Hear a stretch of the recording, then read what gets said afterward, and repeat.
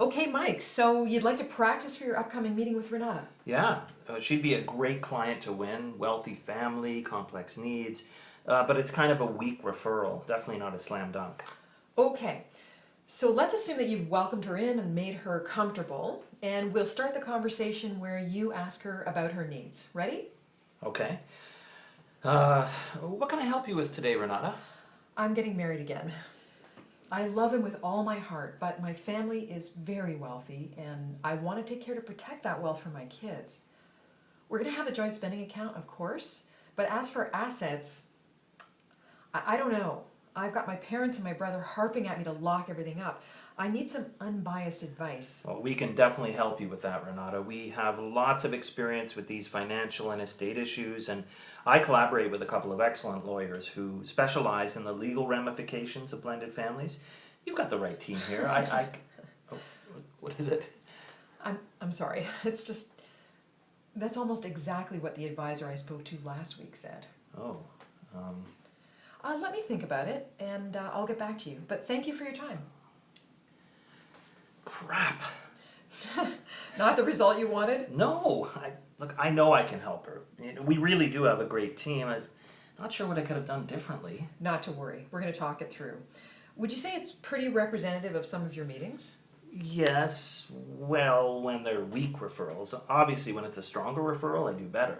For sure. I mean, the stronger the referral, the easier it is. But is it fair to say that Renata does have a genuine need for help? Yeah. Yes, she does. And she's here in person with you, so this business is yours to win. Would you like to be able to close more clients even when it's a weak referral? Yeah. Okay. First, I want to talk about what you did well so you know to keep doing it. Name one thing that you were pleased with in this conversation. Really? Okay. I think I was confident, and I had a pretty good value prop. I agree. I actually had no doubt that you had the expertise I needed. You clearly articulated it. And I also appreciated when you mentioned blended families. As Renata, that specific experience is a priority for me, and I believe that you have it. Okay, so what was missing? Remember the moment I chuckled? Yeah, you said I was just like every other advisor. Ouch. Yeah. You know, that's how I was feeling. I want to give you a bit of feedback from Renata's perspective, but also share some insight myself. As Renata, Mike, I didn't feel particularly understood or connected to you.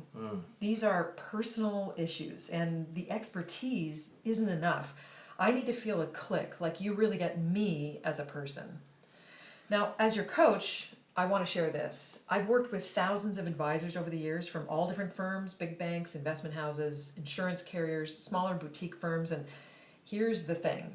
Nearly every advisor delivers a value prop very similar to what you said to Renata. And it's a competitive industry. Yeah, I'm getting more so all the time. Right. So you delivered your value proposition professionally and with confidence, but it doesn't make you stand out in any way. Yeah. Now, going back to Renata, to make you stand out with her, she expects her advisor to have the necessary experience, of course, but if she's going to choose you over somebody else, she's got to feel that genuine connection. You're right. I could have given her some empathy. That would be a start. And I want to introduce you to what I call the listen, reflect loop. It takes some practice, but once you master it, it will transform your ability to connect, to make that click happen. Okay, I'm all ears. Good one. When a client shares some personal information, what are they sharing? What's going on with them? And some of them know what they need, but lots don't. Yeah, they're sharing what's going on, the facts. That's one important layer of information being communicated. Another layer is the emotional context, how they're feeling about what's going on. When you're able to pick up on both these layers and then reflect back the essence to your client, they experience that click. Right. Yeah, so, okay, I'm going to be Renata again and share what was going on with me. And I want you to listen carefully and see if you can demonstrate to Renata the depth of your listening by reflecting back a bit of that emotional context. Ready to give it a try? Sure, why not? Okay, here I go. I'm getting married again. I love him so much, but my family is very wealthy and I want to take care to protect that wealth for my kids. So we will have a joint spending account, of course, but as for assets, I don't know. I've got my parents and my brother harping at me to lock everything up. I need some unbiased advice. It sounds like you're being pulled in a lot of directions. Yeah, exactly.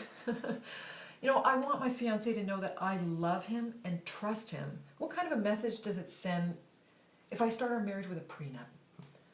But my family's got a point, and it's important for me to protect my kids' future. It's stressful.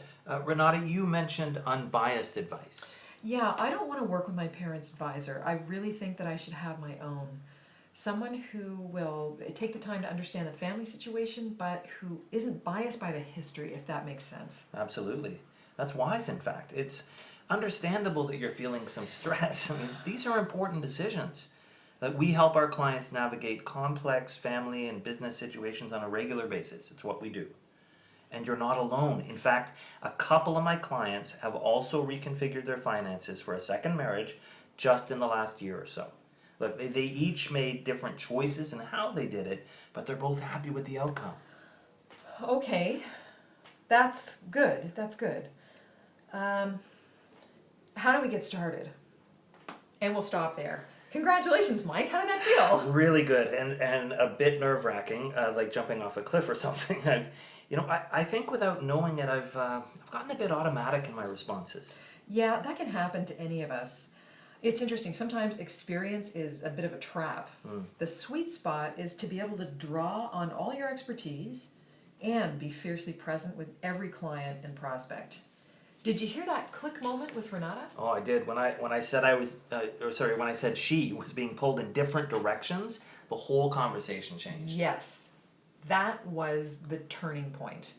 I felt heard and understood. I felt that click that you get me. I want you to take that in.